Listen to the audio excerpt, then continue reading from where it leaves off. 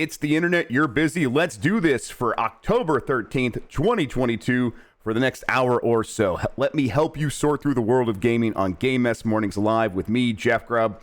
Today, Activision is back in court.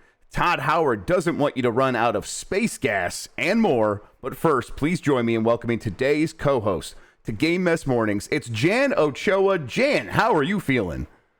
I feel absolutely fantastic. Last night, I remembered how much I like just driving at night. Yeah. Did you play a little Peter Gabriel, maybe a little Genesis, or something like that? Miami Vice vibes? What were you? I was just blasting the saddest Blink-182 songs and just doing like the hand out the window hand dolphin. Oh, yeah. There you go. Get yourself a Capri Sun, and you're basically the coolest person alive. Exactly. Wearing sunglasses that I shouldn't be wearing at night, especially because I need regular glasses. So it's they're not even dangerous. prescription sunglasses. So no. They're polarized though. So there you go. You stop all those polarized rays. Get the if they're coming in at this angle, stop them. I got glasses like that, and one of these monitors is polarized, and I put them on, and the entire monitor just disappears. And then I turned it sideways. And I could see it now. I'm like, oh yeah, polarized rays. They work. I'm like, I actually don't know how it works. It's kind of confusing, but whatever. All right, let's get into the show. But before we do that, let's talk about what we do here. Most weekdays, I, Jeff Grubb, will help piece your gaming life back together. That includes breaking news and maybe even some of our own original reporting. For all these topics, I'll get the input of a bona fide expert who will make me look smart. If you are watching live on Twitch, welcome. Hello, Twitch. You can always listen to the show later on podcast feeds by searching for Game Mess Mornings or find the RSS on giantbomb.com. You can also catch the show later with chapters and timestamps on YouTube. Hello, YouTube. How do you do? We have a lot to get into, so let's start the morning mess with another Activision Blizzard worker files a sexual harassment lawsuit. This comes from Nicole Carpenter at Polygon. Just saw this right before the show started here, so let's get into some of these details. Another Activision Blizzard employee is alleging in a new lawsuit that the company failed to prevent sexual harassment and discrimination in the workplace. The complaint, filed last week in the Los Angeles Superior Court, details alleged repeated sexual advances and harassment from an Activision Blizzard manager, who is also named as a defendant in the lawsuit, as well as revenge porn and sexual battery. The Daily Mail first reported the lawsuit. The Activision Blizzard employee, who is named as Jane Doe in court documents, details her experience with manager Miguel Vega throughout the 24-page complaint. She's represented by high-profile lawyer Lisa Bloom, who said Tuesday on Twitter that her firm, the Bloom firm, is representing 8 women with sexual harassment claims against Activision Blizzard. Bloom held a press conference in December after filing a lawsuit on behalf of an IT worker named Christine. Bloom has said each of these 8 women will file their own individual lawsuits to make and this is a quote, to make sure they're fairly compensated. And that's according to .la. There was a little bit of details here from some of the filing. I think this also comes from Bloom. Activision Blizzard's failure to curb sexist and harassing conduct emboldened manager Miguel Vega to abuse, belittle, and insult Miss Doe by making comments to her about oral sex, masturbation, and orgasms, threatening her job if she would not consent to sex, mocking her breast, and commenting on other female employees' attractiveness. Mr. Vega also repeatedly threatened to expose a compromising photo of Miss Doe.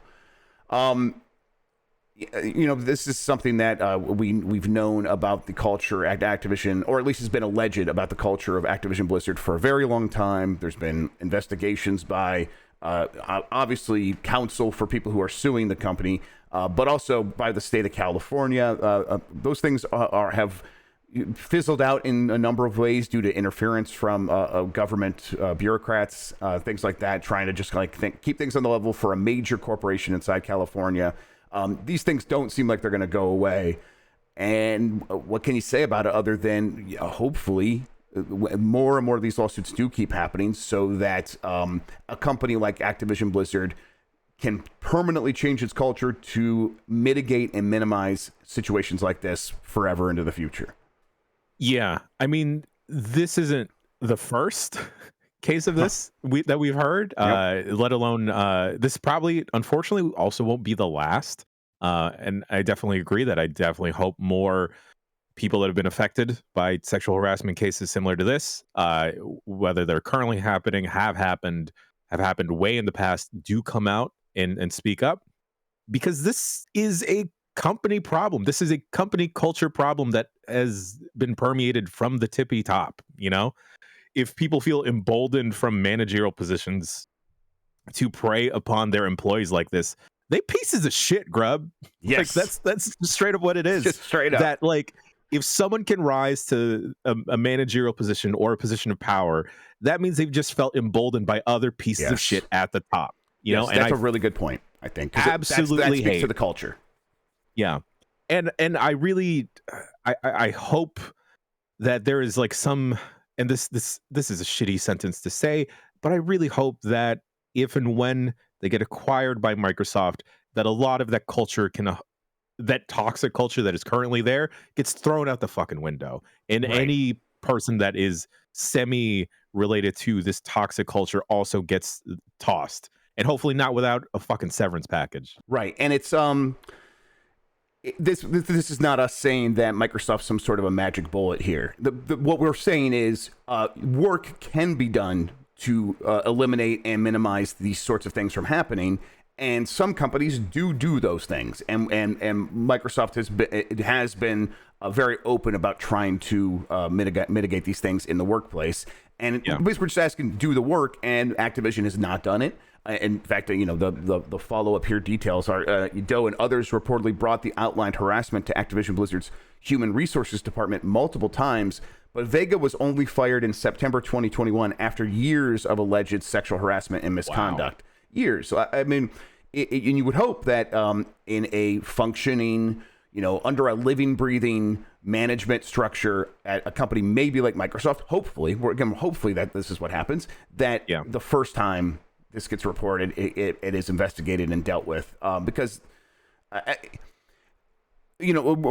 person slips up one time, maybe you can give them a warning. But if this is like a repeated thing of, depending on like the level of how you are attacking a person with your sexual harassment, there could be a pretty low bar there of being like, we just don't need you here. If you're a manager, we need you creating an environment where people can feel comfortable and safe doing their job. And if you are the problem, why are we paying you? It just doesn't make any sense. Yeah. And like you said, the reason that he got away with it at Activision obviously is because I think exactly the way Bloom here frames it, emboldened by the people around him, that this is normal and this is something you can get away with, and it's just either boys being boys, or this is just how this is the part of the perks of the job that you've earned, and that is it's something that needs to be taken out at a fundamental level. The foundation there needs to be rotted away and ripped away and thrown in the garbage. 100%. And them getting acquired by Microsoft is not going to be a magic fix-all solution, and it's going to probably take years to undo that rot. Yeah. But at least what Microsoft can provide is accountability, for Pete's sake. Mm-hmm. And we've seen that before, and we hope that can. They've already spoken to that a lot, because I mean, these things, these issues have been ongoing while this acquisition is under review and has been announced. And Phil Spencer and others have had to speak to this, and they said that, hey, we understand and we want to deal with it head on. And of course, they have to say that. But of course, I mean, yeah. I am I don't want to like come at look at a problem and be like, well, that just another corporation can't solve it. It's just gonna be just as bad. Well, maybe it'll be just as bad. But I do know for a fact that things under Bobby Kotick and all the people underneath him are indeed 100% for sure bad, and they will create bad situations for the people working for them. And so the idea of changing things around and putting under a big corporation that has spoken about accountability, I'm going to be a little hopeful. It doesn't feel like, of course, this is not the ideal solution. An ideal solution would just be like, hey, if you're an employee at a place and you get mistreated, there would be systems in place to deal with that and fix it immediately. And if that's short of that, then I guess we have to rely on the kindness of corporations. And of course, that feels gross. I mean, when you first brought this up, you're like, it's a shitty sentence, but that's where we're at. That's kind of what we have to deal with here. So we'll as usual, we'll keep up with these court cases, these claims, see what happens next. Apparently 8 ongoing cases under the the Bloom firm, and we'll see what happens with all of those. Yeah, and that's just that firm. Yes, exactly right. Yes. PlayStation 5 is the joint 4th fastest console to hit 2 million sales in the UK. This comes from Tom Ivan at VGC. It reached that milestone in 98 weeks, which is the same amount of time it took PS3 to do so. That's according to GfK data published on GamesIndustry.biz. The Wii reached 2 million sales in 57 weeks. PS2 did it in 60 weeks. PS4 in 75 weeks. And I think, as always, when we speak about how fast the PS5 is selling, this is a story about availability. And you can imagine that if there was more availability in the UK, the demand seems like it could have easily put it in that 57 to 75 week range, right? 100%. I mean, all those PS5s were stuck in that boat for a while, right? That's right, yeah. They were just like sitting sideways in that canal. Man, bummer. Given the stock problems surrounding the PS5, it is fair to say it would have easily outpaced PS3 to 2 million units. That's according to GfK boss Dorian Block. One thing that is clear, the significantly higher price of PS5 has not hindered sales, with consumers willing to pay the £105 premium that is shown on the average price of both consoles over the 2 million unit period. PS5 has delivered the highest revenue for any console at 2 million units. Yeah, obviously it's the most expensive one too, yeah. Xbox One took 104 weeks to reach 2 million, exactly 2 years, and Xbox 360 took 110 weeks, which was 2.12 years. Although the Xbox 360 was slower to the mark than the Xbox One, Xbox 360 overtook Xbox One after 3 years and remains Microsoft's biggest install with around 9 million in the UK. They do not provide numbers about what's happening with Xbox Series X and S, but according to Microsoft, it's fastest selling Xbox ever. Who knows if that's true in the UK? I would imagine that again comes down to availability at a certain point. Sure. Global lifetime PS5 shipments have reached 21.7 million units as of January 30th. So again, it's selling fast, but it's like that number is behind the PS4 by a couple million, and all because of availability. We talked about this earlier this week, I think, or we talked about it in the Bombcast, the holiday console hardware watch, where it seems like a lot more PS5s are getting into the supply chain. So we'll see if once that happens, if that just boosts these numbers, supercharges them, right? I'm wondering for like the holiday boom, because I know that the was it the Oculus that was the computerless, like the standalone VR headset? Yes. Yeah, the Quest 2, yeah. The Quest 2, that was a huge stocking stuffer last year. That was like flying off the shelves at every big box retailer around me. That I wonder if that's going to be the PS5, if availability is going to be like that. I think so. For especially like post Black Friday. Yeah, because if you could find it for $500, that almost feels like a deal too, right? After multiple years of, if you want a PS5, there's a strong chance you're gonna have to go out and pay a premium to a scalper. If you could find it at retail for $500, it weirdly almost feels like a purchase you can make compulsively. Like you see it, like, why I should get that. Like, yeah, and at that point, it's like, well, then who do I give it to? Who do I gift it to? Do I need it for myself? That sort of thing. I think, basically, people are going to buy a lot of these PS5s this holiday. I think it's going to be a big holiday for it. Totally. It's also going to be one of those things of like, if you see it in a store and you don't have one and you have like the money, you just got to get it to get it. You can't let it sit there. Yeah. Like your first chance to seeing it in public at a store. Yeah. You would probably pull the trigger. And as someone that has had friends that work in big box retailer stores, like a Best Buy or Target, I am sure that there's a lot of wheeling and dealing that is happening amongst the employees to try and get those PS5s out to the homies or family members. Yep. I'm sure there is. You got to get that homie deal. The finder's fee. Yes, exactly. With the finder's fee, of course. Listen, they're doing that work for you. That's arbitrage. I am expecting big console sales this holiday, even as we, go into more uncertain future in terms of the economic situation at a macro level. People are still spending a lot of money on consumer goods. It turns out, not like GPUs have dropped in price massively. Sure. A lot of PC components have. Yes. But short of that, right? Yeah, that's a good news. Short of that, everything else still like people are spending a lot of money. It's like, hey, how confident are you about the future? Not very confident.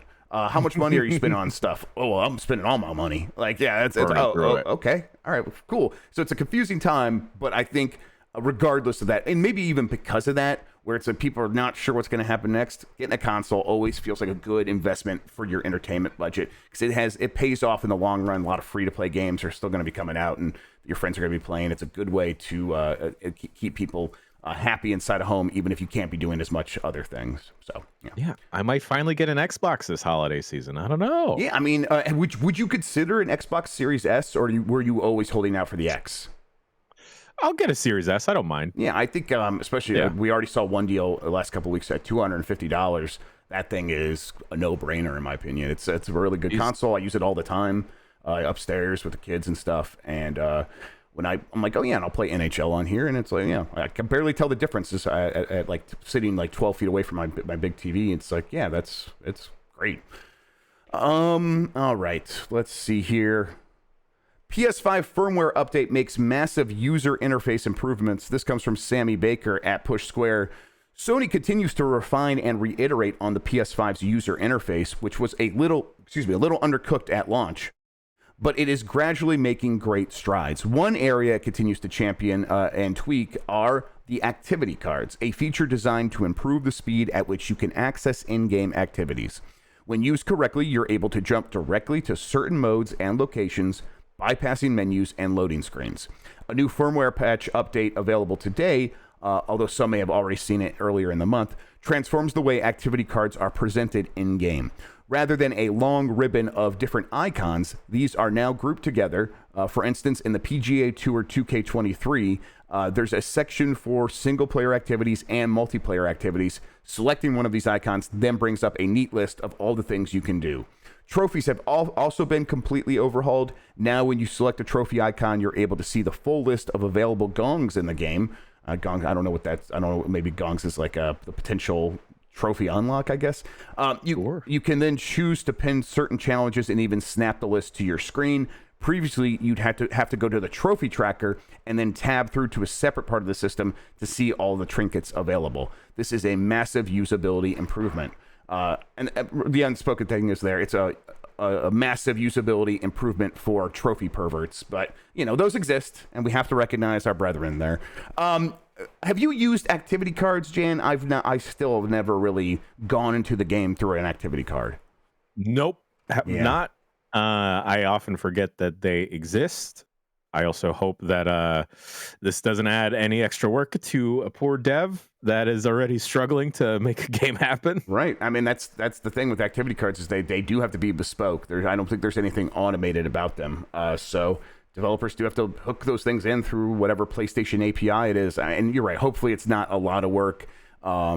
And when it's used well, it does seem like it's been nice for some people who were I've heard people talk about the way they use it in Spider-Man. Let's say, hey, I want to do these certain kinds of challenges. I find this activity card, I click it takes me right there. It even tells me how long it'll take likely to complete that objective. It's all pretty good ideas. It's just not the way I've ever engaged with games.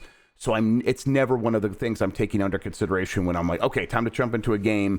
All right, let's go to the activity card so I can figure out what to do. I usually come up with some plan in my head and then just open the game and find my way over there. Or I just start playing and say, I will go in the game to figure out what I'm going to do next. But it's not like I want activity cards to go away. And if they do make usability improvements, maybe I'll find myself just sort of stumbling into using them. Who's to say? Yeah, 100%. I'll let it happen. I want the trophy perv friends to be able to get their perv on. This does sound, actually, if you're one of those, and all respect to you, being able to pin the trophy list or the things you need to do or whatever to your screen while you're playing, that sounds really nice. Where, like they said before, you had to go to some other app and open it up and read stuff from there. Like, who was going to do that? I'm sure some people did do that, but now just making that so much easier. Like you could tell that the person writing the story, Sammy Baker, is someone who does go after trophies. So it's like massive usability improvement. Hey, shout outs to you and your alls. What about we call them Tro-Freaks? Tro-Freaks is just maybe one of the most perfect things you've ever said, Jan. Thank you, Jeff. Yeah, I am a big fan of that. Shout out to the Tro-Freaks out there. Yeah.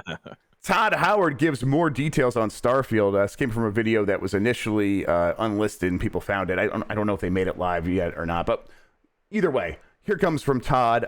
We were really into fuel and how the gravity drives work, and this is him talking about how hard of the sci-fi they're going. Like the question was, is this hard sci-fi? And he's like, listen, what does that mean to you? But here's how he tries to explain it with an example.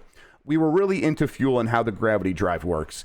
And I'm reading papers on quantum physics and bending space in front of you. You don't actually warp. You bend the space toward you. You bring the space toward you. And so we were playing that, and it became very punitive to the player. Your ship would run out of fuel, and the game would just stop. You just want to get back to what you're doing. So we've recently changed it where the fuel in your ship and the grav drive limits how far you could go at once, but it doesn't ever run out of fuel. Maybe there will be updates or a mod that allows that, but that's what we're doing now. I think this sounds like a pretty well considered a gameplay mechanic, right? Where you want to give the impression of you are dealing with resources, and I like that concept. I like running out of fuel in a game like SnowRunner, but I can imagine that SnowRunner's not for everybody. Big trucks just like slowly moving across spaces and then running out of fuel. And now you got to go rescue that truck. No, not most people don't want to spend like 3 hours trying to rescue a truck that just ran out of gas. That's silly. But I love it, but it's silly. Some people do. Yeah, exactly. Yeah, and it's again, he was like maybe mods, and I'm like, yes, that mod does sound good. But you can see like where the compromise is. Well, let's figure out another way to imply that sort of give and take of do you have enough fuel or not. When you hear like hard sci-fi, does that register like what they're trying to accomplish here, or are you very relieved that they're thinking about keeping it fun first? I like the idea that they're keeping it fun first, because when I think of hard sci-fi, I don't immediately think of the fueling aspects. Sure. I think more so like different concepts of like I guess black holes and stuff, and just gravitational wells like Todd's talking about. But the fuel management isn't the first thing I think of when someone says hard sci-fi. But I feel like they need to keep it fun and easy, at least at first, for folks that, just dive in and have that option. And then, have the modding scene there, have that extra difficulty setting of like, I watched Interstellar and I just want to make that. Yeah, exactly. You just basically nailed me right there. I watched Interstellar. Give me that. Howard also talked about the game's trait system and said how they really think they have something here. He noted that the trait system, every trait you unlock, also comes with a negative, so it's going to be another give and take. But he said if that sounds annoying to you, they also have a system in there to go through a process to then remove those negative traits. He says, we have a way in game, kind of an activity or quest you could do to remove that trait, as opposed to, I don't like my character, I want to start over. Each of them are something you could solve that removes the entire trait for the rest of your playthrough. So it's like, you want to try something out, and then if that doesn't work out, then you can go in there and try to remove stuff, so remove the negative side of things. So I'm not exactly sure how it'll work, but I like the idea of them solving, creating problems for the player, and then providing an in-game way for the player to solve those problems. That sounds like a really well thought out mechanic as well. What do you think? Yeah, definitely. I hearing all this, just I wasn't originally excited for Starfield at all, but thinking about how expansive a game like No Man's Sky has been, like gradually as it's been out, maybe I could get down with this.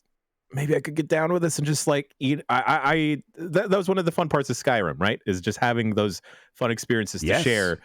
That is just going to get expanded with the ability to fly a ship around. Yes. And people are asking like in chat, like, it's like, because this sounds similar to turning into a vampire in Skyrim, and that's like one of the more fun aspects of a game like that, where you stumble into a place, you're expecting it to just be another gang of raiders or something like that, and it's nope, they're vampires. You're a vampire now. Now you have to go on a quest to solve that, and now you have a story to tell about how I went to this place, I didn't know what I was doing, I got attacked, I'm turned into a vampire, and then I had to do all this stuff to start. And it's like that's where Bethesda games are at their best. And so them sort of working backward from trying to make sure they provide every opportunity to create those scenarios. I'm like, okay, I think at least they seem to understand what makes their games good. He also said they are returning to a face-to-face dialogue system similar to earlier Bethesda games. I guess that means probably not the cinematic, like, over-the-shoulder, cutting back and forth camera angles. Instead, it's going to be like you're just looking at the character so you can see their face, see their expression. And he mentioned that the game has over 250,000 lines of dialogue, which is significantly more than the. I'm going off memory here. I didn't write it down, like the 90,000-ish from some previous games. So a big, expansive game that's just kind of massive in terms of scale. I'm ready for it. Blizzard is investigating an Overwatch 2 bug that's shutting down PCs. They said they're aware of it. This comes from their Twitter account. We are currently investigating an issue with with computers restarting or shutting down while playing Overwatch 2. You can find out more help with our investigation here. That leads to a forum post where you can find people talking about this, including Blizzard forum user Asgaroth, who says, "The problem, it's your CPU temp. Same problem with me. I looked at MSI Afterburner when I'm in the queue, and my CPU, the Ryzen 2700X, skyrockets to 100 plus degrees Celsius, and my PC shuts off to protect the CPU. It looks like it's some major bug in Overwatch 2 currently that's making our CPUs to get very hot in a matter of seconds." So, and that would do it. I mean, if a computer's just shutting down out of nowhere, usually it's a computer being like, "Whoa, the CPU's freaking out. We got to shut things down. You've gone way past the thermal throttle, and we're now in the thermal safety zone, and we have to shut things down." So, another rocky point for Overwatch 2's launch, huh? Yeah, it's a bummer. I feel like they've been stumbling and running uphill to try and make this happen, and just keep tripping on rocks each step of the way. They're like Sideshow Bob, just stepping on different rakes. You know, absolutely. Just not like and.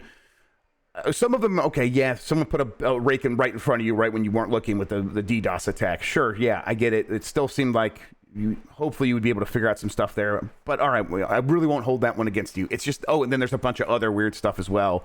And this is, the latest one. Games usually don't do this. Games usually do not ship with these kinds of bugs. These are not known shippables. If you know about this one, you need to deal with it because you don't want to take the risk of hurting people's hardware. Because you never know when something like the fail safe is going to fail, and that CPU is just going to catch on fire. So, yeah, God, and that's just for PCs. I wonder if this is a bug that could be replicated on console, if anything. Can you imagine someone firing this up on a Overwatch 2 on a Switch, and then their fan blows up in their hands? Yep. And it just spins, and it like flies out of the side of the Switch and just lodges itself into the wall. Yeah, man, those fans. All right. Leaked Project U video offers the first glimpse of Ubisoft's new co-op shooter. The video in question was created to welcome users to the game's first playtest. Ubisoft announced Project U last month when it said the game explores a new concept of session-based co-op shooter where many players unite to prevail against an overwhelming threat. As well as providing a glimpse of the game in action and a brief look at some environments. The leaked video confirms the project is in development at Ubisoft Annecy? I'm going to say Annecy. And this story comes from Tom Ivan at VGC. I'm like really running pretty cold with proposed Ubisoft shooters right now, Jan. I'm going to bring up this video here in a second, but how are you feeling about like the concept of hearing about another Ubisoft shooter, and how excited do you have an excitement level for anything like this right now? Negative, completely. I do not, mostly because it just sounds like 3-4 other projects that have happened over the past couple years that have been dropped a couple months later. Yes. We keep forgetting the name of the game. Was it? It's not Extraction. Quarantine. Quarantine. No, Quarantine was the name they changed. I think it is Extraction. They changed it from Quarantine to Extraction. That sounds right. Yeah, it's. I just can't get excited, and I feel bad for these poor devs that have to make these games that are almost not the same game, but it's the same formula of the game. The riffs on different, on the same core concepts of co-op, online, heroes, and how many variations have? I mean, obviously they think they're going to stumble across one, and I bet these are relatively affordable to produce compared to making a brand new, completely fresh IP single player game. Sure. And then the ceiling is so much higher, so it's like you're rolling the dice. And if one of them hits, it hits big. But I'm like, that's Ubisoft and why Ubisoft cares. I just don't know why I should care. They have not made it clear. Obviously, they're in the first playtest. I think the answer to that is they don't know why we should care yet. That's the big problem. That's why they keep trying these games, putting some on the shelf, bringing them back down off the shelf. That's what happened. We mentioned this before with the Heartland Battle Royale Division game, I think it is. That was in development. They put it up on the shelf to try some other stuff. Those things didn't work. They got Heartland off the shelf, and they went back and worked on it. Now that's coming out pretty soon. They don't know why we should care, so I'm just not going to care until we see something that really wins us over. It also seems like they're chasing like a gold rush that hasn't happened. Yeah. Other than Destiny, I can't immediately think of like a 4-person shooter that has really like blown up the world. Like even Back for Blood didn't take over the internet or whatever. Yeah. The closest example I can think of right now is probably just Grounded, but maybe that's just recency bias because we've been talking about it a little bit on the Bombcast. It feels like they are trying to find something that will stick, but also they're just trying to make the genre happen. It is just, we got to pull a Gretchen Wiener. Stop trying to make fetch happen. Yes, that's right. Exactly. I mean, what Ubisoft's entire strategy right now does feel like forcing things to happen and trying over and over. And is it a bit of panic? Maybe. Or is it just like, this is how we believe we have to do things. This is how we, creation is messy or something. Maybe it's a little bit of that, but I don't know. Bravely Default producer Tomoya Asano seemingly hints at a remaster. This comes from Sal Romano at Gamatsu. During a recent live stream celebrating Bravely Default's 10th anniversary, producer Tomoya Asano seemingly hinted that a remastered version of the game is planned. The turn-based RPG first launched on 3DS on October 11th, 2012 in Japan, which I am just not okay with, Jan. I did not realize it had been 10 years since Bravely Default came out already. This is nuts.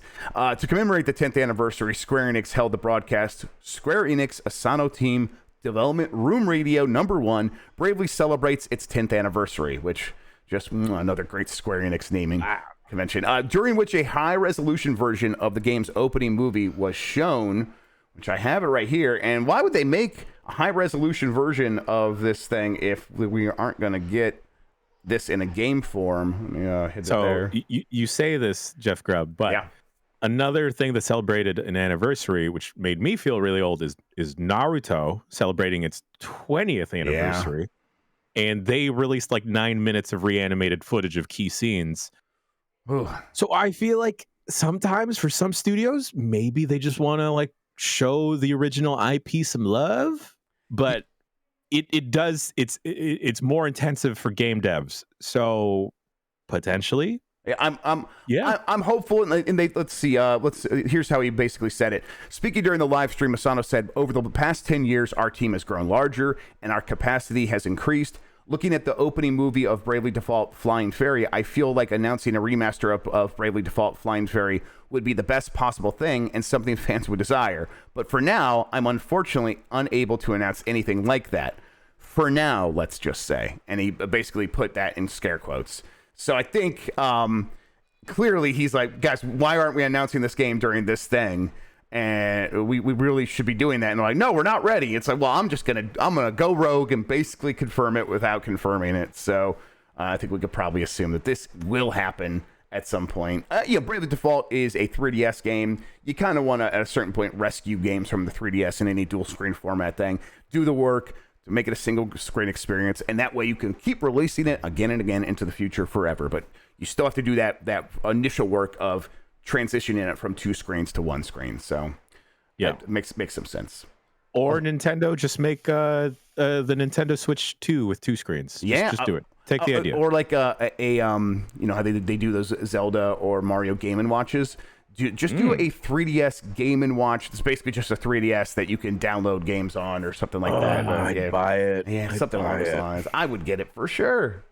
All right, let's go back to here. It looks high resolution. I liked what Bravely Default I played. I have not played through most of that game. I like the combat system a lot, though. There's still going to be little chibi people, though. They are going to be, little chibi people, exactly. Konami has announced plans to launch a platform for trading in-game NFTs. We did it, everybody. Woo!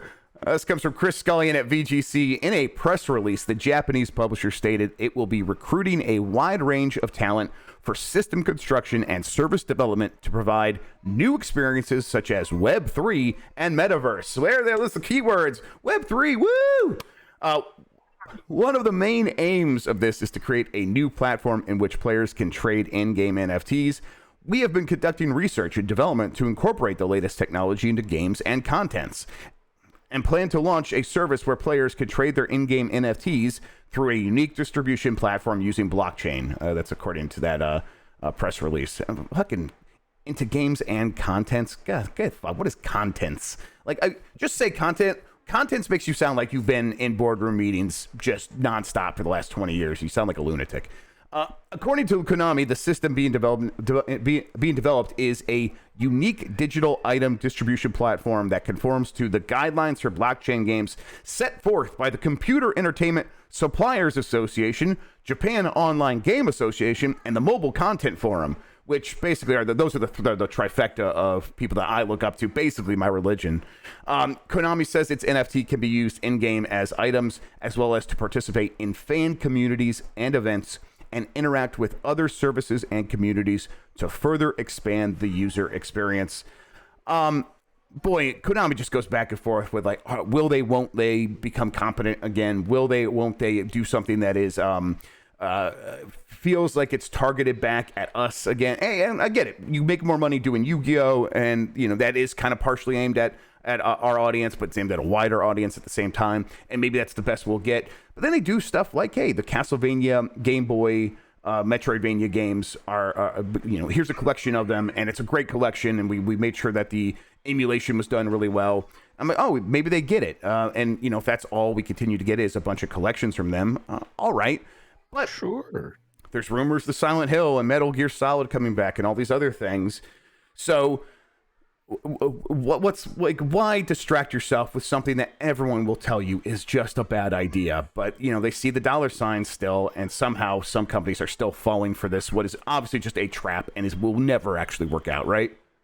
100%. I don't know why anyone in any boardroom, at least right now, is seriously considering NFTs as a viable business strategy, especially with how, I mean, if you even look at cryptocurrency across the board, it's all just right now. Yeah. That I don't know why already in a volatile market, you would just go all in on what is ostensibly just JPEGs and pings. Yeah. And Tokimeki in chat points out that their first wave attempt at NFTs sold out immediately. That's why they're doing this. So they had, I can't remember, were they Castlevania NFTs or something like that? They did NFTs for some of their older games, and they sold out immediately at about a total of $160,000. And then, of course, if anyone sells those, then they get a cut of that. That's how NFTs are supposed to work. But that was, as Tokimeki also points out, during the boom times for these things. Sure. And we are no longer there. And at a certain point, you have got to recognize sunk cost fallacy. If you are a company and you're doing something and you've sunk cost into it, and you look around and you realize sinking more cost would be silly, but you've already sunk this cost, so you should see it through. No, you stop right there. It would be silly. Let's stop doing this. But, oh well, they're going to find out the hard way. It's Konami. They found out the hard way a lot of times, and they're going to keep doing that. The homie Marino points out just how, like, the disconnect with Japanese publishers and developers can, like, understanding, like, the internet. Yeah. Konami has to be a global company that, like, someone has to chime in from, like, a high seat somewhere and be like, the kids aren't into NFTs, let's just keep pushing Yu-Gi-Oh. Yeah, right. I mean, they already basically have something that would effectively operate as an NFT like thing with Yu-Gi-Oh, where it's like it's about collecting cards and you monetize that and that game makes a lot of money. How do they not recognize that? But I mean, I've told this story on the show before, but just real quick again to illustrate what's up with Konami. Konami is the company that when I would try to reach out to specific PR people, the people who are supposed to be in public relations and that I'm supposed to have something of a relationship with in an ideal world, I would not be able to reach out to them because the email address they had last week has been randomized and it's a new one this week. And they did this for all their employees up and down the chart where they would have randomized new emails every couple of weeks. This is not a company that is about, like, strong internal cooperation and communication. This is about, decisions made at the top. You do what you're told, do your job, and then that's how you end up with something like this.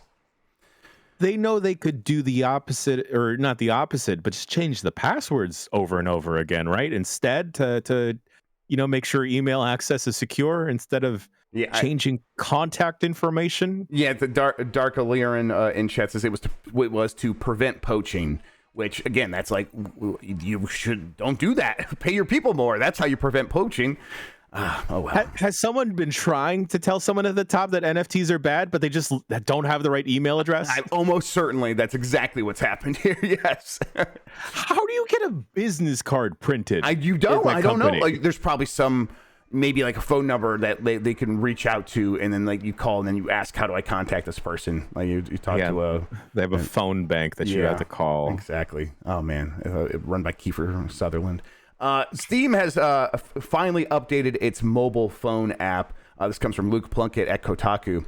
While the main Steam application itself has gotten better over the years, it's still pretty easy to look at Valve's approach to store and platform design, then look at competitors like Google and Apple, and see how everything feels a little quaint. Steam's mobile app was one of the main offenders in this regard, so it's great seeing it get a massive update today.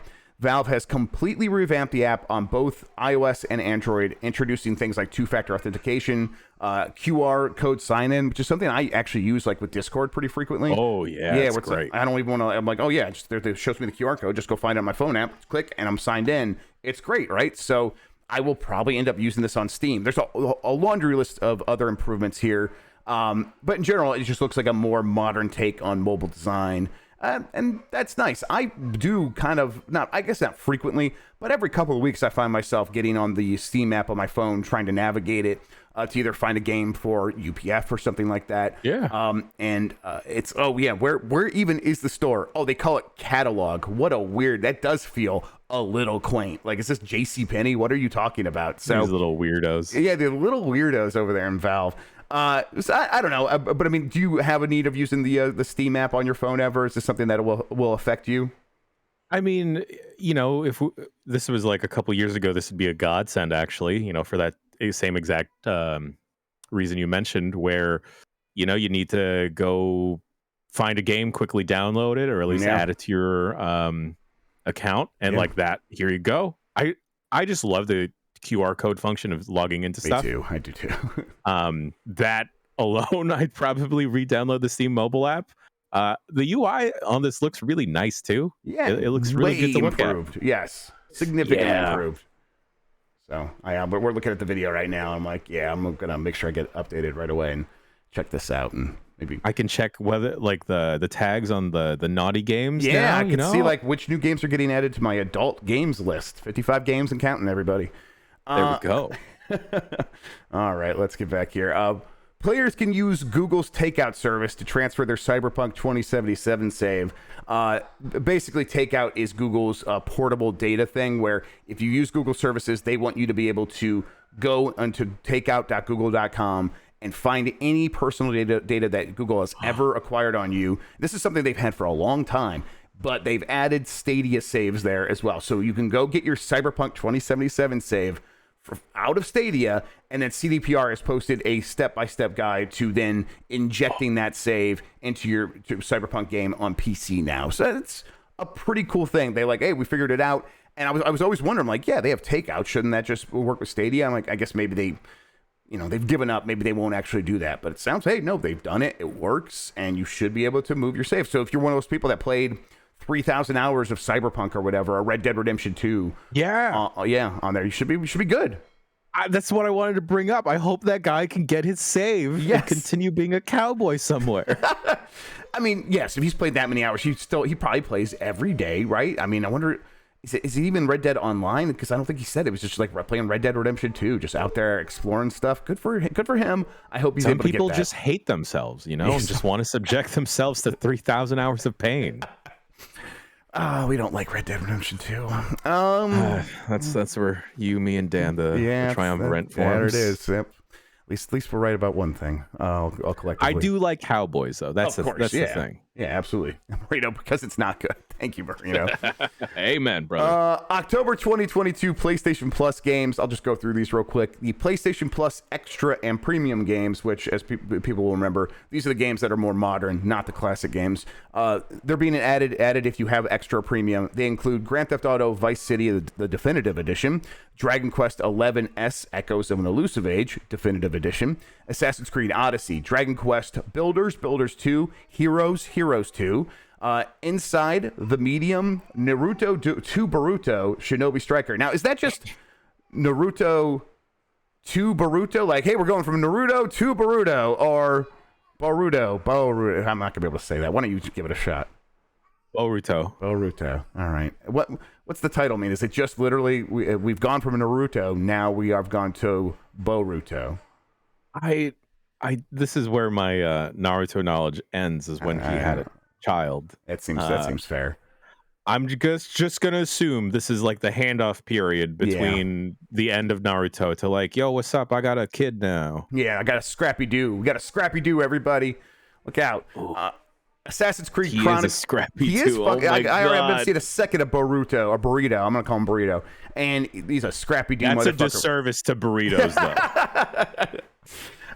Then we got a whole list of Assassin's Creed games: Chronicles China, India, and Russia. Then Assassin's Creed 3 Remastered, Syndicate, and that joins a bunch of other Assassin's Creed games that were already on there. And then Hohokum. A couple of those games, I think India and Russia, Assassin's Creed Chronicles India and Russia, are only available on the PS4 version of PlayStation Plus Extra and Premium. Then we have PlayStation Plus Premium only games, which are the classics. These include Yakuza 3, 4, and 5 remastered on PS4, Limbo for PS3, Ultra Street Fighter 4 for PS3, Castlevania Lords of Shadows for PS3, and then Everyday Shooter for PS3. Sure. Hey, PS4 and go PS3 get your games. Yakuza. Yeah, but no PS1, no PS2, no PSP games. It's still I don't get premium at all. I want to play Metal Gear Acid. That's what I want. Yeah, you should be able to. I don't think have any Metal Gear games been added in from any systems to premium. I don't remember. Probably not. Yeah, probably not. Japan physical charts for week 40 2022. That's October 3rd through October 9th. Once again, Splatoon 3 on top. 120,000 copies, again, over 100,000 copies sold in a week in Japan. These are physical only. Its physical only sales are now 3,021,047. That's just, and that's, so you kind of have to nearly double that to include digital sales. 6 million copies probably in Japan alone, at least 5.5 million copies alone in Japan. That's just bananas. It is so hard to really put into perspective just how many copies that is for any country, let alone Japan, a relatively smaller nation in terms of population. That's just Japan. Yeah, and we talked before about like, that was the first week sales 3 million. That's 2% of the population. 1 to 2%. We are now talking like 3 to 4, almost 5% of the country owning a copy of this game. Yeah, that's like 3 San Franciscos. Yeah, this is just really, really wild. That's like that's close to if everyone in Los Angeles owned Splatoon 3. Yes, and yeah, and it really is because it's Japan, a country not that much bigger than Los Angeles County and some surrounding areas, and yeah, it's exactly like that. It's. But yeah, that's just digital. That's the thing that blows my mind. Just 3 million just physical. Sorry. Yeah. It is really, again, hard to put into perspective. The rest of the list, a lot of Nintendo Switch games. Nier Automata, the end of the Yora edition, 30,000 copies. That's its debut on the chart here after coming out on Switch for the first time ever. Then Dragon Quest X Offline, Mario Kart 8 Deluxe, Minecraft, Taiko no Tatsujin Rhythm Festival, Dragon Quest X Offline for PS4 now, and then FIFA 23 for PS4. And then Hakuoki Shinkai, is that 5,000 copies sold, and FIFA 23 Legacy Edition for the Nintendo Switch with about 5,000 copies sold. In terms of hardware, the Switch sold a little over 50,000, almost 60,000 units between its 3 variations. PS5, PS Digital, about 5,000. Xbox Series X and S, not even 1,000. Usually that when the S is available in Japan, it's selling about 10,000 units. Clearly not available. And I'm the same is true for like the PS5 digital edition, only at 649 for just that version. And yeah. I I thought you did a little bit of editorial here, because the new 2DS is also on this list, sitting at 85 units sold. Yeah. I saw the LL and I thought that was a lull. No, in Japan they instead of XL, it's LL. I don't know. Do they have X in Japan? I think that's what it is. So they don't have X in Japan. I think so, or at least they don't use it in marketing materials. Maybe there it's just a cross, so it would not be a cross L. What's that? No, it's large. I guess I don't know. And then the PS4. 12 units. Still double digits. Still good for it. PS4, wow. Yeah, exactly. PS4. Right. They've stopped making PS4, so it's like I feel bad to compare this, but this is like when you go to a convention and then you have like the C tier like sitcom or sci-fi TV show star, and then they have like a decent small line for autographs. I'm like, yes, hell yeah, good for you. Except for when it's what's his name from Andromeda, Hercules, the actor who played Kevin Sorbo. Yeah. Except for when it's Kevin Sorbo, and you're like, damn it, how's he still got a line? That little weirdo. Steve Saylor, our friend. I'm gonna call him friend of the show. Steve, I should have you on as a co-host. He's known as Blind Gamer. He is hosting the Xbox Accessibility Showcase today, right after this. You can find that on twitch.tv/Xbox or twitch.tv/XboxASL, which will give you an American Sign Language interpreter on the screen. What? Very cool stuff. He says, I'm excited to be hosting the Xbox Accessibility Showcase, celebrating the disability communities and sharing some new updates. Tune in today at 9 a.m. Pacific time. So hell yeah, that's awesome. Hell yeah, good for Steve. Steve, you deserve it. An excellent form from Microsoft actually putting this stuff front and center. You kind of can't. Studios like Naughty Dog just putting like 100 different accessibility options in their game. Xbox putting this stuff front and center. It's clearly people have caught on, and it's thanks to people like Steve Saylor and Steven Spawn. 100%. Yeah, I'm just good for them. Hell yeah. All right, let's get to the poll here. What's the price of the PSVR 2 is what I asked yesterday, and I kind of gave you a couple of ranges here. Equal to or less than 400, 500-ish, or equal to or greater than 600. Most people said 500-ish at 54%. Not many people feeling too strongly about $399.99, only 16%. And then the other 30% believe it could be as much, if not more than $600. I think I'm leaning in that camp more so than anything else. I'm going to say that my reasoning here is that they definitely are moving in the direction of raising prices. They've raised the price of the PlayStation 5. They've definitely been taught by their customers that their customers will pay a premium on hardware and and they'll pay a premium on games, and it has not hurt them so far. I still think that when I remember when I was trying to figure out what the price of the PS5 would be, and I'm like, they probably could easily get away with 600, and then they came out at 500. Now, of course, they have the Xbox coming out at the same time, and maybe that pressure was enough to pull them back down to 500. But I'm like, they went with 500. They kind of like really did their best to go with the lowest price that made sense for them. Maybe they could do that here as well, and they won't want to make it more expensive than the PS5 itself. So I think I'm going to say I think it's going to be $550, but if it is $600, I will not be surprised. I think there's no way it's $400 though. I really don't think there's any chance it's $400. There is no world where that is going to be $400. And unfortunately, if they come out and they shock us, I will be shocked, and I'll give them credit, and that'll be a big thing for them. I think it'll really help them move that 2 million units that they want to sell in the first quarter or whatever it is, the first couple of months. That's how much they're shipping anyhow. But I think they believe that first 2 million of the PlayStation gamer community will sort of just show up and pay a lot of money for kind of any new thing that Sony puts out. And then if they have to lower the price later, they can always do that. Raising the price later, a lot more difficult, even though they just got away with doing that. Yeah. They can quell any outrage by lowering the price later rather than just raising it eventually. Just like, I mean, oh God, people are saying like, can you imagine $1,000 bundle? And the problem is, I could imagine that.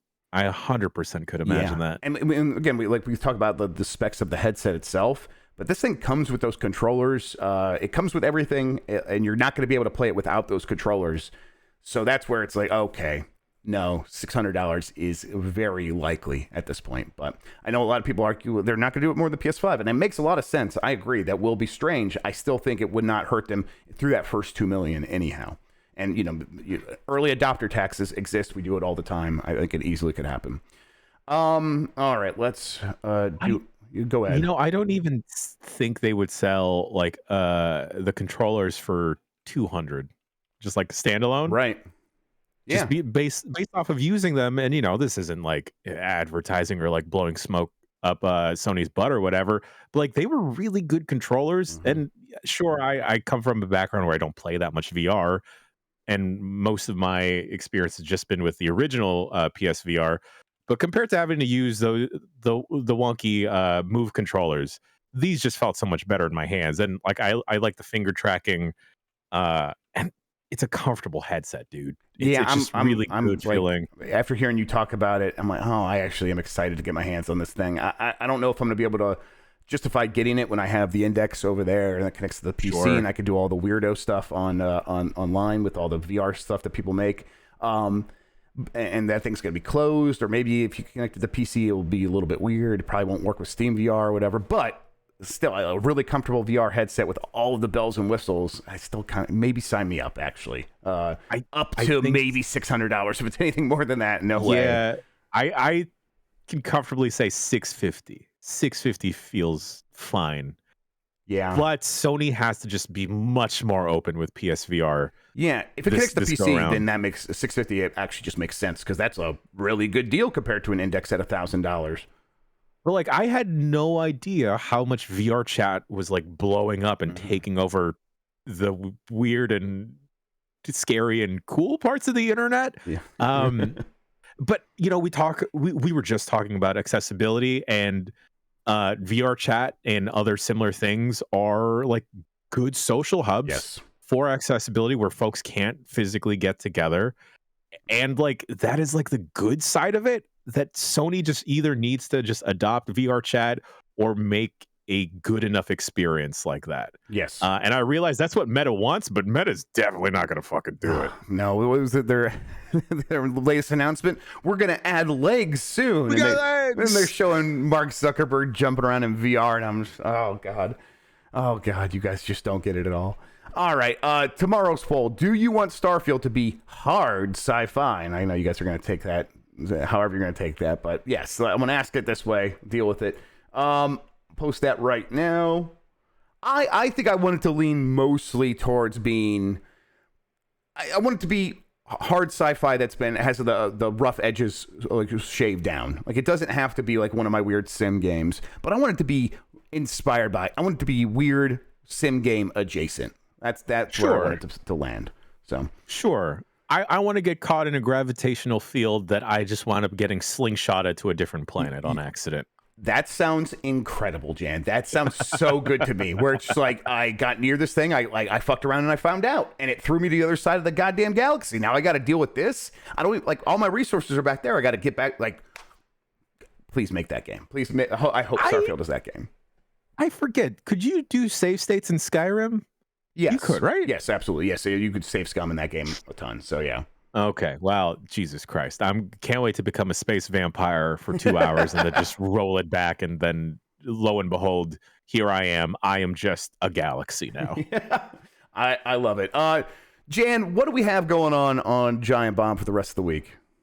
After this, we've got Dan playing through Sonic 06. We've got a lovely episode of the Voicemail Dump Truck, another episode of Game Mess Mornings tomorrow, and then I'll also be playing through Sekiro, returning to that.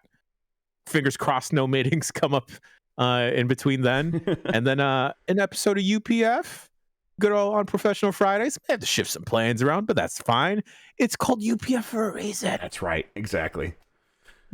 Maybe we'll teach Dan how to play backgammon. Oh, I would love that. That sounds like a good time. That does sound like a good time. I would love for nothing more than for Dan Reichert, Jason A. Stryker, Matthew Rory, and myself for 2 hours try and complete tomorrow's New York Times crossword puzzle.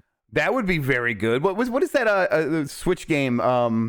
Like the classic game collection thing where it does have backgammon and stuff in it. Chad, help me out there. You guys should. That's like a really pleasant Clubhouse games. Yes, yeah. Play some Clubhouse games. That would be fantastic. Is there online multiplayer? Yes, in there Clubhouse? is, and it's good. It's like it's real good, and there's a whole bunch of fun stuff you could do in there. That might be a real good. Is there mahjong in it? I think there's a version of mahjong in there. I think so. There's Nine Men Morris. There's all kinds of stuff in there. Clubhouse games rules. Clubhouse games on DS was my go-to vacation game. Says Goose Munch, which is a fantastic name.